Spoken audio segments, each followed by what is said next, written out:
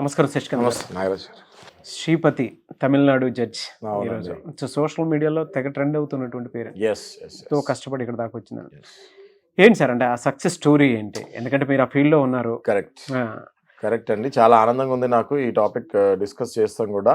చాలా మంది ఇది పిల్లలకి మంచి ఇన్స్పిరేషన్ లాగా వెళ్ళాలి. మనం డిస్కస్ చేద్దాం ఇది. ఇప్పుడు శ్రీపతి అనే అమ్మాయి ఇప్పుడు జడ్జ్ గారు ఓకే 23 ఇయర్స్ ఓల్డ్. తను చెన్నై నుంచి ఒక 250 కిలోమీటర్స్ దూరంలో ఉన్న ఒక గిరిజన గూడెం, మలయాళి అనే గూడెం. మలయాళి అంటే ఆ గిరిజన గూడెం పేరు. ఓకే, అందులో కాళిదాస్ అండ్ మల్లిక అనే దంపతులకి తిని జన్మించడం జరిగింది. తిని ఏజ్ కూడా 23 ఇయర్స్ ఓల్డ్. గిరిజన గూడెంలో జనరల్గా నాగరాజు గారు ఎట్లుంటుందంటే వాళ్ళు చాలా రెస్ట్రిక్టెడ్ ఉంటారు. పాపల్ని అంటే ఎస్పెషల్లీ ఆడపిల్లల్ని బయటకు పంపించాలన్నా కూడా ఒకటికి 100 సార్లు ఆలోచించి ఇవన్నీ మనకి ఎందుకు అన్నట్టు వాళ్ళు పెళ్లి చేసేస్తారు, సహజంగా తీసుకెళ్తూ ఉంటారు. కానీ ఈ విషయంలో ఆ దంపతుల్ని డెఫినెట్గా మెచ్చుకోవాలి. అలాగే శ్రీపతి గారిని కూడా డెఫినెట్గా మెచ్చుకోవాలి.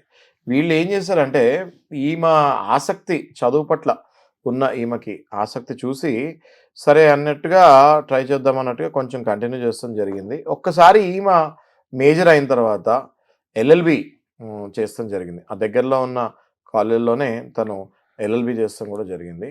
ఎల్ఎల్బి తోటి ఆపేయమని వాళ్ళ ఇంట్లో చెప్తాం జరిగింది. కానీ తిను ఆపలేదు.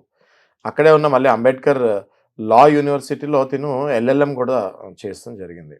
సహజంగా ఎల్ఎల్బి స్టూడెంట్స్ ఆ ఏజ్లో ఎల్ఎల్బి కంప్లీట్ చేసుకున్నప్పుడు వాళ్ళు ఫస్ట్ ప్రిఫరెన్స్ ఇచ్చేది జేసీజే ఎగ్జామ్స్కి. అంటే అది జూనియర్ సివిల్ జడ్జ్ అంటారు దాన్ని. జనరల్ సహజంగా 21, 22 ఆ టైంలో కనుక ఎల్ఎల్బి కంప్లీట్ చేసుకుంటే they might show more interest on JCJ. అలాగే మన శ్రీపతి గారు కూడా నేను జడ్జ్ అవుతే ఎలా ఉంటుంది అనేది ఆలోచన ఆమెలో వచ్చింది. గిరిజన మహిళలలో ఎల్ఎల్బి కంప్లీట్ చేసుకుంటే చాలా పెద్ద అచీవ్మెంట్ ఆ గూడెంలో, అక్కడ ఆ దూరంలో.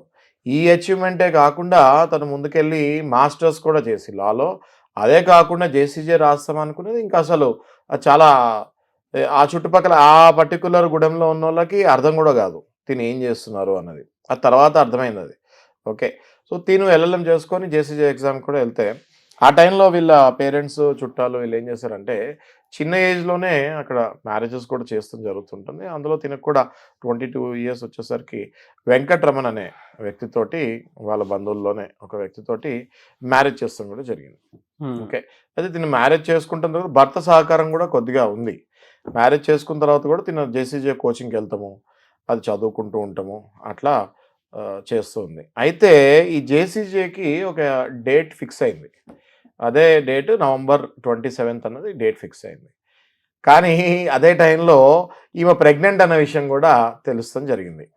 ఓకే, అదే వీళ్ళు హాస్పిటల్కి వెళ్ళి జనరల్గా డ్యూ డేట్ ఎప్పుడో చెక్ చేసుకుంటే ఆల్మోస్ట్ సేమ్ 27 నవంబర్ 28 నవంబర్ ఆ రేంజ్లోనే మీకు డెలివరీ అయ్యేటట్టు డాక్టర్స్ చెప్పారు.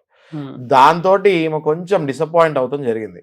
ఎవరు? శ్రీపతి గారు కొంచెం డిసప్పాయింట్ అయినారు. అరే నా జడ్జ్ అన్నది నా కోరిక, ఇదే టైంలో డెలివరీ ఉందన్నది కొంచెం డిసప్పాయింట్ అయిన జరిగి ఆమె ఓన్లీ దేవుడికి దండం పెట్టుకుంటాం జరిగింది ఆ డేట్లో ఉండకుండా. కానీ మీరు చూస్తే November 29న ఎగ్జామ్ వచ్చింది. పాపం ఈమె డెలివరీ కూడా November 27 డేట్ వచ్చేసింది. అవును, 27న తను 12 బిడ్డకి జన్మనిస్తాం కూడా జరిగింది.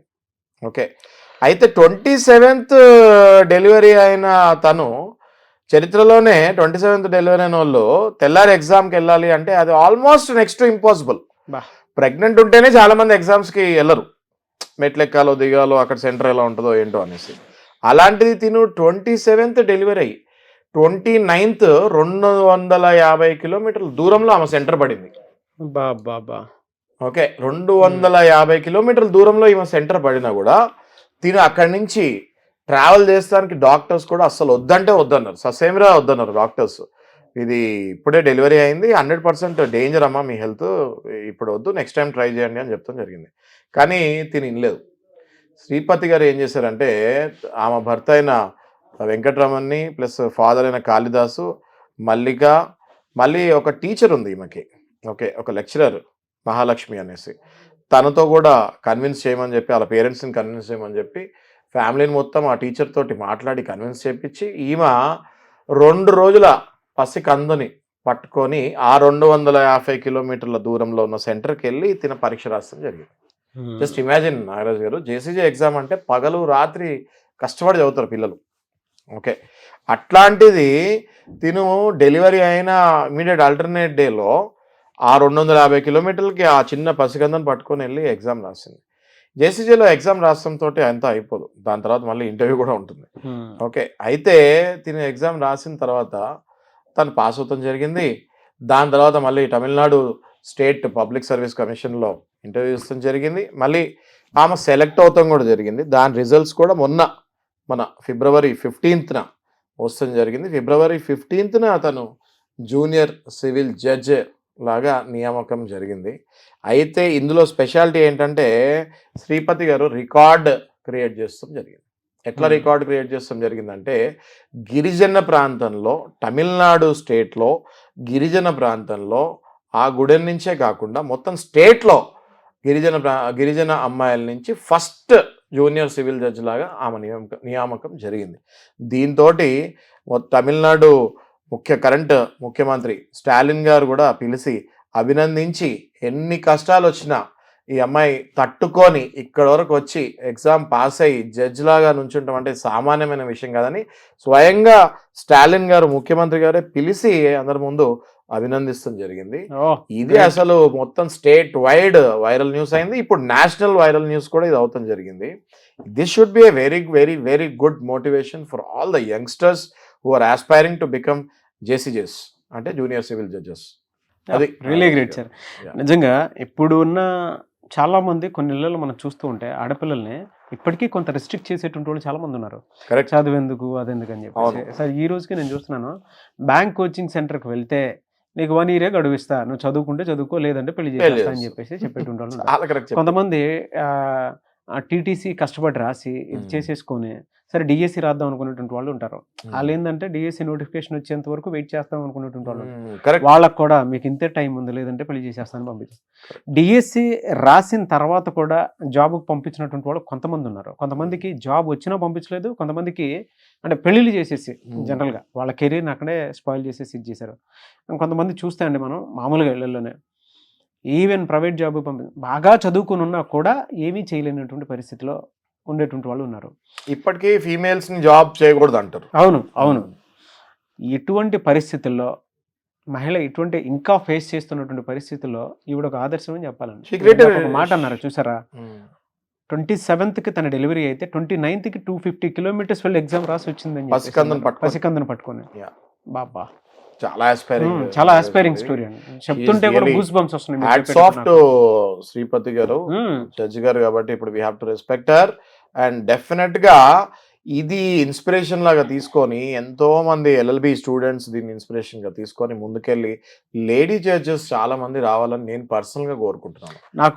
నాకు మీరు అలా చెప్తుంటే నాకు ఇంకొక విషయం కూడా గుర్తొస్తుందండి. ప్రతి ఒక్క ఆడపిల్ల, మీకు సిబ్లింగ్స్ ఉంటారు కదా, అంటే వాళ్ళు పడేటువంటి ప్రతి ఒక్క ఆడపిల్ల పడేటువంటి కష్టం వాళ్ళ సిబ్లింగ్స్కి మాత్రమే తెలుసు. ఇలాంటి పరిస్థితుల్ని ఛేదించుకొని సొంత కాళ్ళపై నిలబడినటువంటి అక్క కానీ చెల్లి కానీ ఎవరైతే ఉంటారో వాళ్ళకి మనస్ఫూర్తిగా థ్యాంక్స్ చెప్పండి. ఎందుకంటే వాళ్ళ పర్సనల్ ప్రాబ్లమ్స్ కూడా ఇలానే ఉంటాయి. ప్రతి పేరెంట్తోనూ వాళ్ళు డిస్కస్ చేసుకోలేరు, ప్రతి బ్రదర్స్ సిస్టర్స్ తోటి కూడా వాళ్ళు చెప్పుకోలేరు. బట్ ఆ ప్రాబ్లమ్ని ఇంట్లో కన్విన్స్ చేసి ఫేస్ చేసి జాబ్ కుట్టినటువంటి వాళ్ళు చాలామంది ఉంటారు. Respect her. కుదిరితే కింద కామెంట్ బాక్స్లో ఎవరైతే మీ పేరెంట్స్ కాదనుకుని మరీ జాబ్ కొట్టి మీ ఫ్యామిలీకి అండగా నిలుస్తున్నారో వాళ్ళ పేర్లు కింద కామెంట్ బాక్స్లో అక్క అయితే అక్క, చెల్లి అయితే చెల్లి పేరు రాసి సో ఈ వీడియోని వాళ్ళకి డెడికేట్ చేయండి. అట్లనే శ్రీపతి గారికి కూడా అందరూ కంగ్రాచులేషన్స్ చెప్పండి కామెంట్స్ లో. We have to really congratulate her. Yes, Sripati గారికి కూడా ఆ కంగ్రాచులేషన్ కింద కామెంట్ బాక్స్లో పోస్ట్ చేయడం మాత్రం మర్చిపోవద్దు. అండ్ ఇటువంటి వీడియోస్ని మాత్రం డెఫినెట్గా షేర్ చేయండి. లిటరల్లీ గూస్ బంప్స్ అని మీరు చెప్పారు. Absolutely, I am also very happy. Yes. Very happy. Yes, thank you sir, thank you so much Sasikanth గారు. Thank you.